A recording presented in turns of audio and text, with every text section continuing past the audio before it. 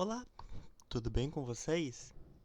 Após termos falado um pouco sobre a cidade de Porto Alegre e um pouco sobre as primeiras imigrações no Rio Grande do Sul, chegamos à nossa terceira aula, que, ao meu ver, é a aula mais legal de todas.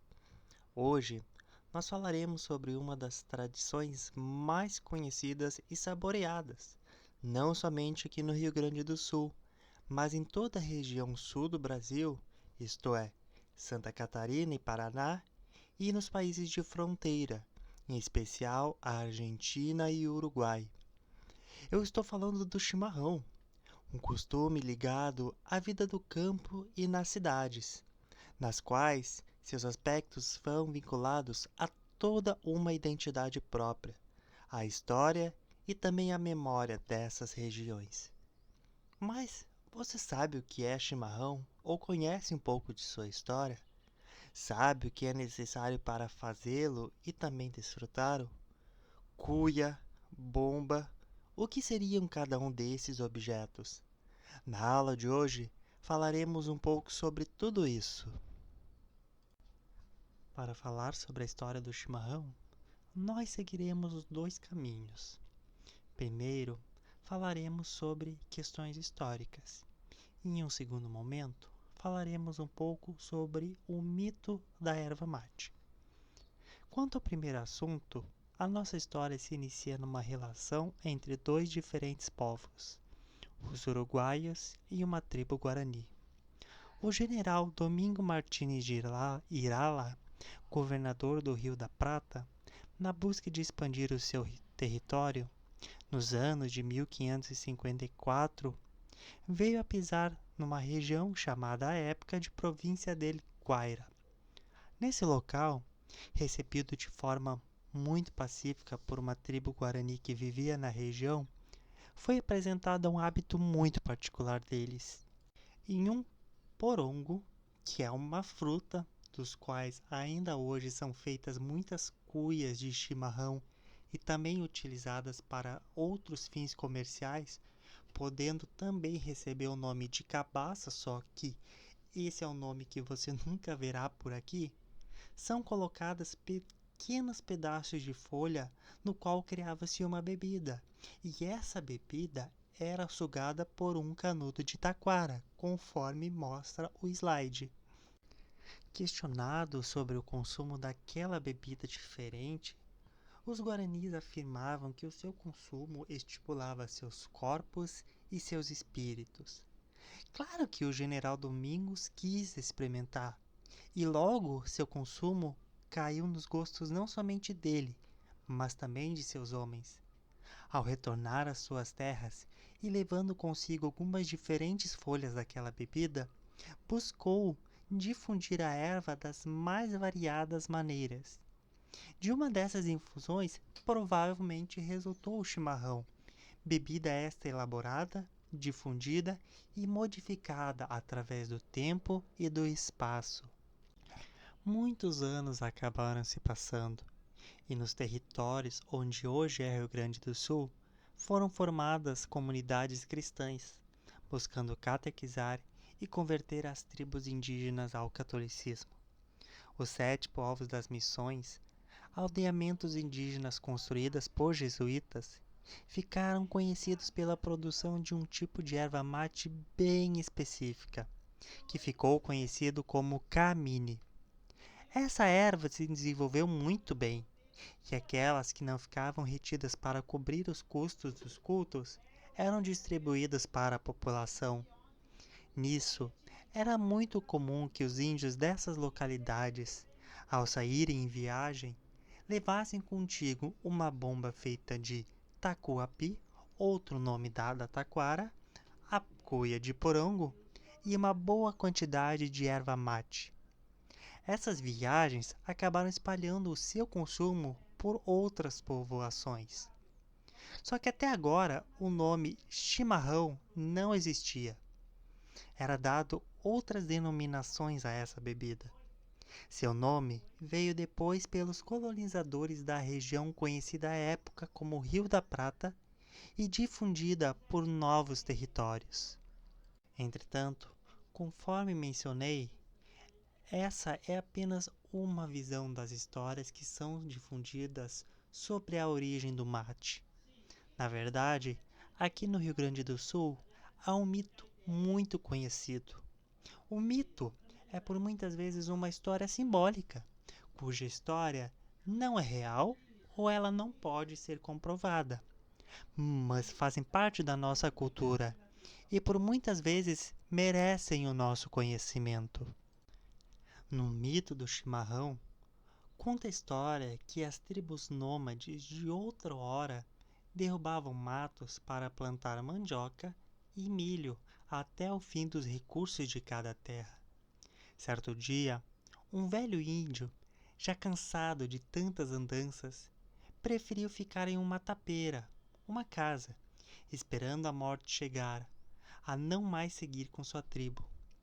Esse possuía uma filha conhecida por todos como Jari, que por sua vez não sabia se ficava para fazer companhia ao seu pai ou se cumpria sua vontade e seguia adiante com a tribo. Entretanto, apesar de contrariado pelos demais índios, decidiu ficar.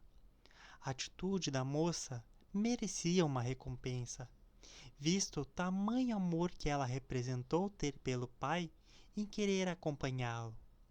No rancho onde estavam, um dia chegou um pajé desconhecido, que percebendo o que aconteceu, perguntou a Jari o que ela queria para se sentir feliz. A jovem não pediu nada. Já seu pai solicitou que o pajé renovasse as forças a fim de poder seguir com Jari ao encontro da tribo. O pajé lhe entregou uma planta muito verde, perfumada de bondade, e ensinou que ele plantasse, colhesse as folhas, secasse ao fogo, triturasse, botasse pedacinhos num porongo, acrescentasse água quente ou fria e a servisse. Terás nessa nova bebida uma companhia saudável, mesmo nas horas tristonhas de mais cruel solidão. Dada a receita, partiu, e dessa maneira surgiu a Kaá, resultando dela a bebida Caí, chamada posteriormente de chimarrão. Após o velho homem preparar e tomar o Caí, recuperou suas forças e seguiu adiante com a filha, como era seu desejo. Quando encontraram a tribo, todos os receberam com muita alegria e também passaram a beber a infusão de verde erva, amarga e gostosa, que prometia aos homens coragem e força, bem como amizade nas horas tristes. Claro que essas são somente duas das várias histórias que buscam falar um pouco sobre a criação da erva mate. O que é interessante é que com o passar do tempo foi mudando o modo de se tomar chimarrão, criando em diferentes lugares maneiras próprias de consumo. Normalmente, em países como Argentina e Uruguai, o chimarrão é preferido ser tomado mais individualmente, em cuias normalmente pequenas. Também, nesses países, o tererê, uma bebida da infusão de erva mate na água fria, também é bastante consumida e apreciada. No sul do Brasil, em especial no Rio Grande do Sul, normalmente é tomado nas rodas de chimarrão, um círculo com várias pessoas desfrutando da sua bebida com uma enorme variedade de cuias e bombas, muitas delas se identificando com seus donos.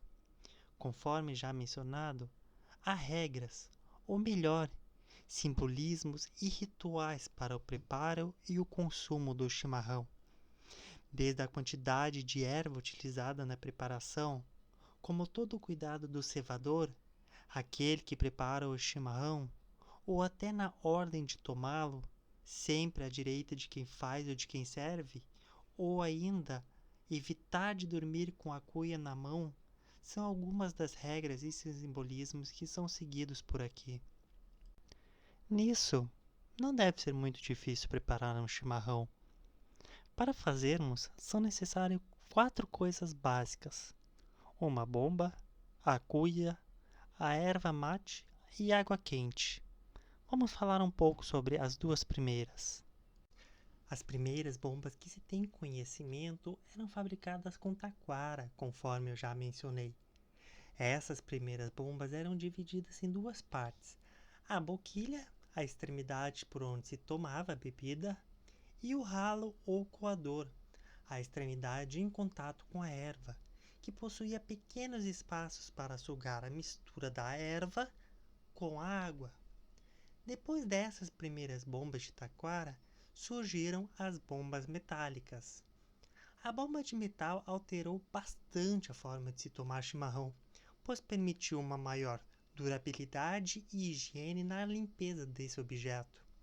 É formado pela haste, o corpo, a ponteira, boca, o coador e o resfriador, normalmente. A haste, ela pode ser lisa, torcida, anelada, reta ou apresentando uma leve curvatura ao aproximar-se da ponteira. A ponteira é um bocal onde o mateador apoia seus lábios para beber a infusão, que se inclina até a pessoa que tem a cuia em suas mãos. Caracteriza-se por ter a extremidade achatada e que em algumas situações pode ser personalizada.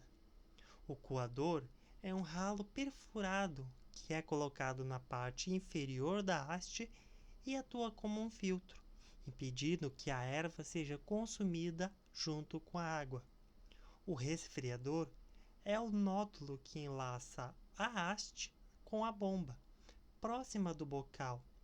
O resfriador ele normalmente não é encontrado em todas as cuias.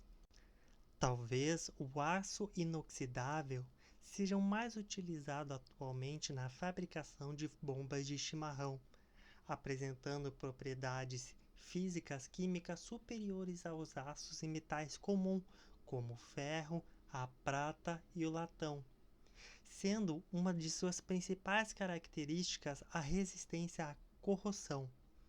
Tal fato, junto a algumas outras propriedades higiênicas e estéticas, fazem desse material muito atrativo, satisfazendo as necessidades de durabilidade, limpeza e aparência a uma bomba de chimarrão. A cuia, por sua vez, pouco mudou em relação à sua forma de confecção. Normalmente ela se constitui através de um material básico, a fruta do porongueiro, o porongo, o qual, depois de maduro, acaba se tornando oco, portanto sendo passível de tornar-se uma vasilha para líquidos.